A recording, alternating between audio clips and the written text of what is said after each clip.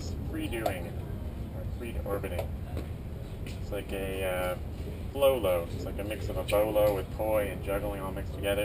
It becomes more of a dance once you realize it's just how you're holding it and what you do to it. So the what you do to it part becomes the body movements, where the what you hold it allows for it not to tangle, because if the ebbs don't go through this little try around the flow ball, it won't tangle. So you can twist it back on itself all you want and still let go of it, and it'll fall back out to be able to get into these active leg orbits.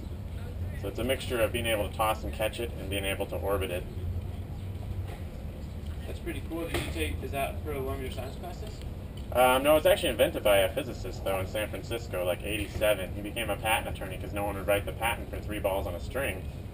And it got marketed as Astro Jacks. It got into like Walmart and KB and Toys R Us.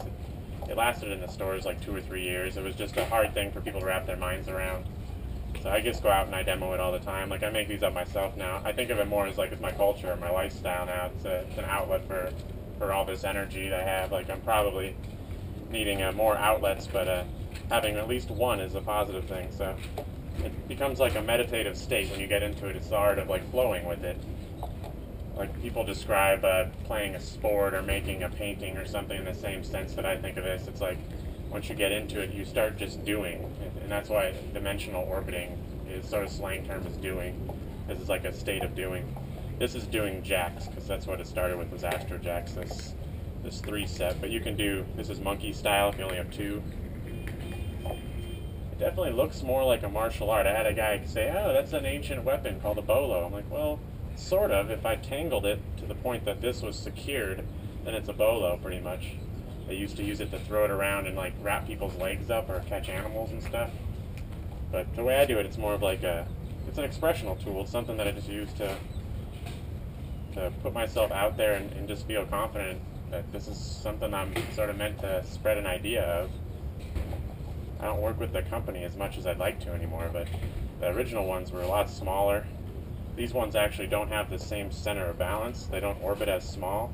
Like, they sort of start getting tangled up because of the string and the style of the bore that I made. The original ones are a lot more fine-tuned because these are made by a scientist. So, but same thing, they only tangle when they go through that. So you just learn how to start catching it and orbiting it, and then you start changing your positions to like string holds, and you can get these really intense tangles. It tangles a lot easier with a smaller string, but it's still not tangled because it hasn't gone through there. That's pretty cool, man. Yeah, I teach it as attached juggling. It's all over YouTube, but Astro Jacks is the brand name that first started it. My name is Mike Weiss. Nice to meet you. Good to meet you, Lauren Hall. Lauren? Yeah, that's pretty cool. Thank you, man. Yeah, like I was trying to start a circus arts club here, but now I'm not taking any classes this semester, so I can't do anything on it. I just came down this morning because I just wanted to flow in public and just see people's reactions. Like, I feel like sometimes I try to force my ideas on others, so I just like stand here and do it and see who it attracts, sort of like how people react to it. There's been a fairly good group of people that spin poi and stuff that were interested in doing some sort of a performance arts club. So I'm probably going to work with, there's another club starting called like I think it's called the Positive Club or something. It's like a positive psychology, sort of the idea of flow states and stuff like that. That's going to be started that I'll try to integrate this into. It's one of the people that were interested in the circus club starting it. Yeah, it's an interesting idea. It's something that it's very addictive. You want to try it? Yeah, let me try that real quick. I start you are you right or left-handed? Right-handed. Okay.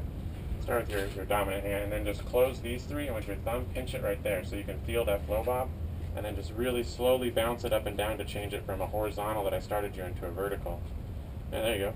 The more you sit with that blue one, the flow, it's sort of, that's where the control comes from, and then you can start circling your hand, which you felt like that was like a natural thing you wanted to do to keep it going in that direction.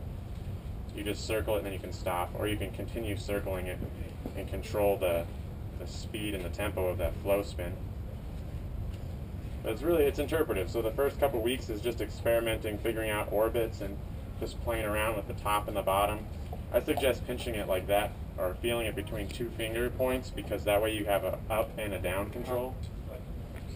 I do a lot of research on different types of skills just to see how other people look at the flow arts, but for me this has been my pretty much stable prop, I guess you'd call it. When performers would call their stuff props. But I'm trying to learn how to do poi. I'd like to learn to do regular juggling because it would improve my toss catch stuff. But I think it's one of these cross-pollinating skills. Like this could go between a bunch of different stuff. I just set up a camera and I watch myself back if I think I got a good video to learn what I did.